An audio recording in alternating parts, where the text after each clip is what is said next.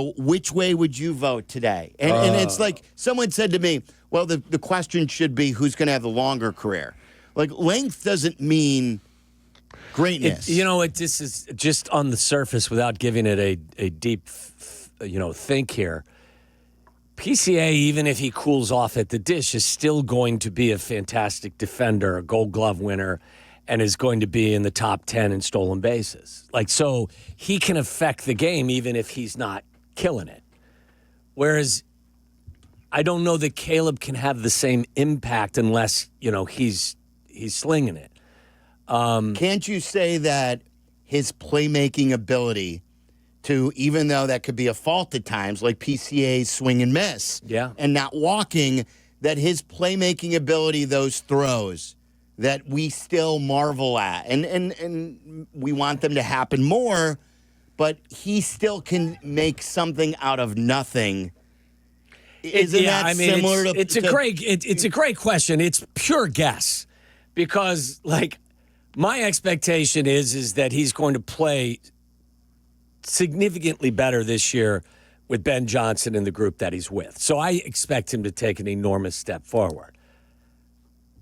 Last year, again, PCA hit 10 home runs and slugged 375. This is... exactly. This is, it's hard. I think that, Caleb plays a position where you can have the greatest impact because the ball's in his hands on every play. But PCA can affect the game in ways that aren't just offensively and we're seeing related. it now. We're seeing it now, too. I'm trying to talk my way through an answer, and I don't know. I've had a tough time with it, too. I'm gonna have to hit pause and give you an answer before we leave, but I don't know. Well, Waddle needs a 20 here. I do. I'm going to turn it into a full because I'm not going to give you an answer here. You're going into halftime. I got to think about it. So if you want to weigh in on that, 312-332-3776, if you're buying stock on the future greatness of one of two players, whose stock would you buy today? Is it PCA's because you've seen it and you know he's going to make an All-Star? I think he's going to make the All-Star game this year. I would assume he is. Who would he be battling with? It's outfielders, so it's Tatis, Corbin Carroll. I'd imagine he'll start. Not just make it, but start. Is he getting a lot of votes? Is he one of the top vote getters? I don't think the voting is open yet, but it is a popularity contest, and he's quickly becoming one of the more popular players in the sport, and he leads the entire NL in WAR. Yeah, I was going to say, he at this point, when you factor in everything he's done, if the All-Star game was 2 weeks from now, he deserves to be in the starting lineup. That's reality. I think he would really have to slump here in the next 6 weeks for him to not make, even by manager's choice, the All-Star game. Well, and think about who you're playing coming up. You get the Marlins again. You're going to get the Reds. You're going to get who else? You're going to get the Pirates. Pirates, yep. Then the Reds again. So everyone's got a chance to stretch their legs here. Who would you guys say? Who did you guys vote for? I'll give you the results here in a minute. I would probably vote for Caleb just because when we would view it, if it's close, we're going Caleb. We'll feel like Caleb won. Yeah. And it's the quarterback. Quarterback, obviously, much more important than center fielder and wherever you slot him in the lineup guy. Charlie? I didn't even have that hard of a time with it. I thought it was PCA, clearly, because the highs that we've seen from PCA, at this point, we can call it sustained, I think. He's on track to have the highest WAR of any NL player since Barry Bonds, I believe. The highs we've seen, what's the highest point we got from Caleb Williams last year? Probably that Jacksonville game.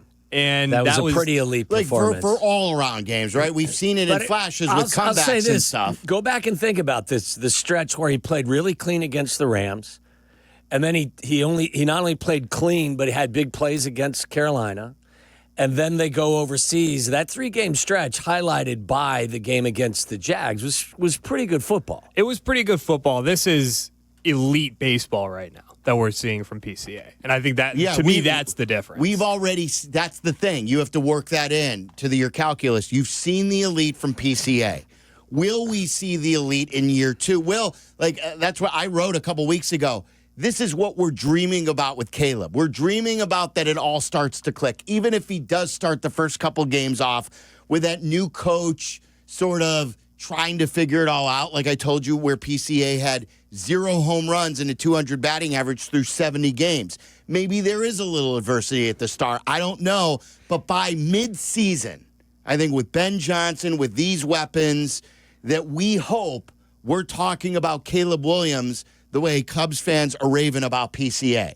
But you have to project that, and you're seeing it right now. The other point of it is what we've talked about with baseball. I just don't know how often a guy makes it and then continues to play that great for season after season after season. We've seen it with Schwarber. I've given you so many already where a couple of people were ready to write off Schwarber, and now Schwarber could be one of the most accomplished postseason guys in the history of the game and could end up with 500 home runs. Like, not everyone's Anthony Rizzo, where you knew you could write him in for 30 home runs, a pretty good batting average, Gold Glove defense, and he would pretty much do that year after year after year from 2015 to 2021.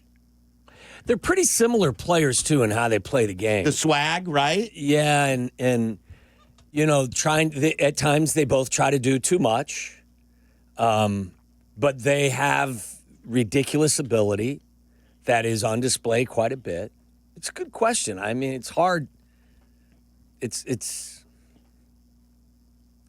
I would probably, if you force me to make a decision right now, I'd probably still go. I'd probably still go with Caleb. I would go. I've worked my way into Caleb too. That just, I feel like if he arrives under Ben Johnson this year and he plays like a lot of people scouted him to play, that I still believe he's going to be great for many, many years. If Caleb has a PCA level year this year, how many wins do the Bears have? At least 10. Yeah, double digits. I would think it's almost even more. If Well, he's yeah, playing like yeah. They're almost at least. decidedly a playoff team.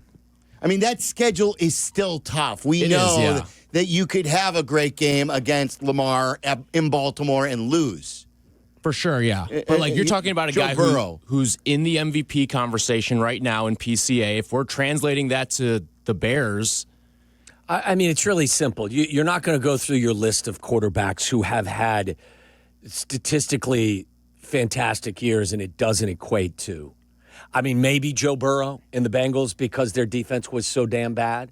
But if you're going to put up numbers that are comparable, and it's hard to compare baseball in and football terms, yeah. the wins are going to follow you. They just are. Can you imagine the excitement level in this town if he has a breakout like PCA this year? Where there's nothing that you, like, yeah, maybe he does like PCA. Maybe he does still not take walks, and maybe he does look to force it every now and then. But it's all really, really, really, really good. And if maybe there are a couple plays that you're like, Caleb tried to do a little too much there, you're fine with it if he's having a star season. Right. I mean, again, I guess the only guy, and I'm looking at this now, the only guy that I can sit here and kind of is an exception to the rule with what we're talking about I think is probably Joe Burrow, because they were 9-8. They didn't go to the postseason, did they? Missed by a game. But look at the guys who led the touchdown throwing. Burrow threw 43. Baker Mayfield threw 41. I was going to say, isn't Baker Mayfield just a good example of that? Yeah. Like Baker Mayfield just gets good again, and all of a sudden the Bucs go to the playoffs, 2 times in a row, and won a playoff game a year ago? Well, let's give you Sam Darnold as well. Sam Darnold had a year where he threw 20 or 35 touchdown passes, and what did the Vikings do? They won 12 games. Yes. So I think if he has one of the years, Tyler, like you're talking about, I think the wins follow.